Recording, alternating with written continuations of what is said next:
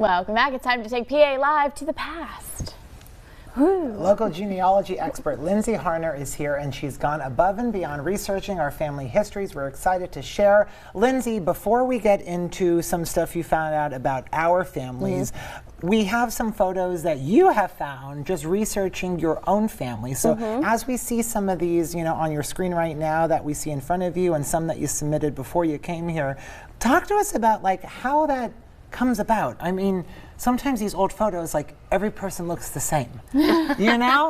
Right. Yes, and it can be really frustrating when you come across an old photo and it's not labeled and it's so old that no one knows who it is anymore. So that's another tip, label your family photos.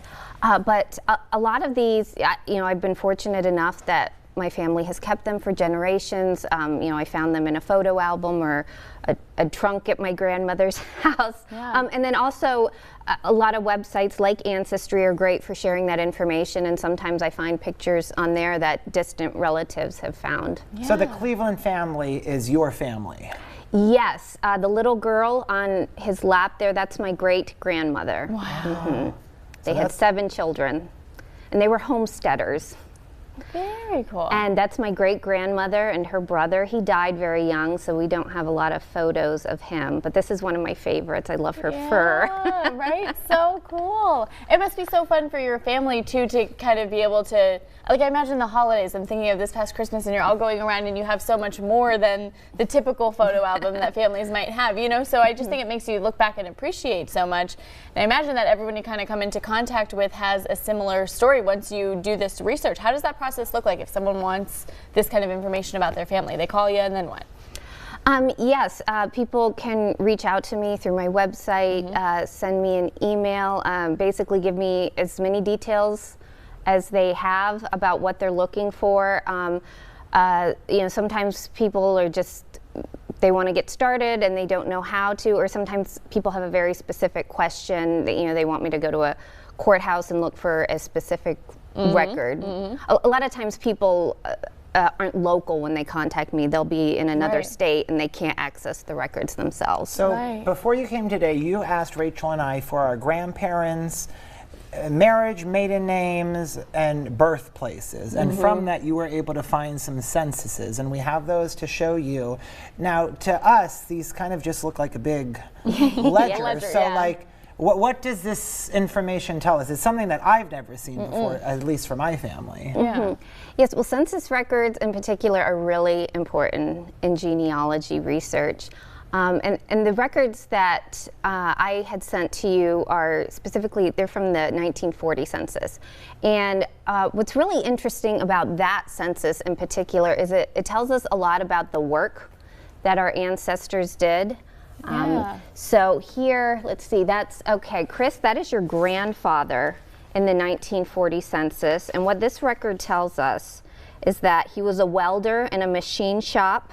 He worked 16 hours a week, and he made $312 in the previous year. In a year? Yes.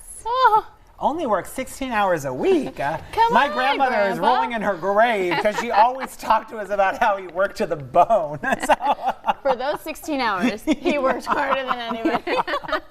How about Rachel's family, the Malik census? Yes, so Rachel, I have your great-grandparents here in the 1940 census, and this says that your great-grandfather, John, he worked in a coal mine. He worked 21 hours a week, so he worked a little bit more. But how much? How much did he make? He made $363. Oh. Now, to put that into context for you, the median income for a man in 1940 was $956. So our families are poor, Rachel. Well, look at us now, great-grandpa. And my grandfather and grandmother, they had 4 children. How about yours? Well, this is your great-grandparents. Yeah, so I'm, oh gosh, a lot. More than just grandpa. Yeah. Wow, that's very interesting. It's cool because when we do these censuses now, you don't think like, oh, who looks up? Right, like who cares about these records? You know. Now, real quick, as we're wrapping up here, when you take a photo of Lindsey now, or you're at a birthday party of your family, do you actually write on the back of it all the details that you would want a genealogist to find? Good question. Wow. Generations after? So many pictures now are only digital. Right, right. So, How many hard drives do you have?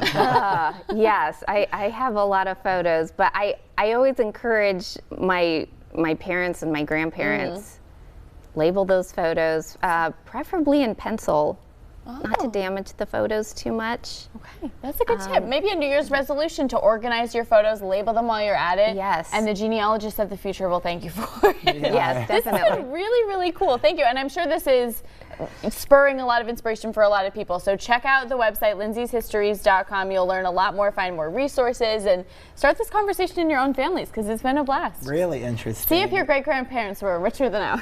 Yeah, I think anybody was. More with the show when we return.